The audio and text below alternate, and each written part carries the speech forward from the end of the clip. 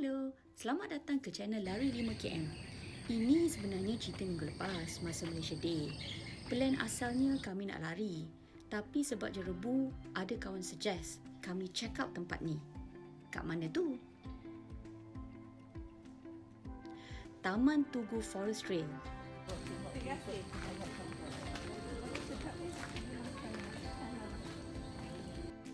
Memang tak menyesal. Damai aja buat simple hike kat sini. Orang pun tak berapa ramai. Mungkin sebab kami pergi awal pagi. Route dia memang kemas as you can see. And then ada checkpoint 25 semuanya. Memang clear mark. You takkan sesat. Total walk sebenarnya tak lama sebab trail ni sebenarnya pendek je. Tapi itulah sebab itulah best kan. Orang kata short and sweet. Forest Trail ni sebenarnya baru lagi. Dibuka pada tahun 2018 bulan 9 which is September.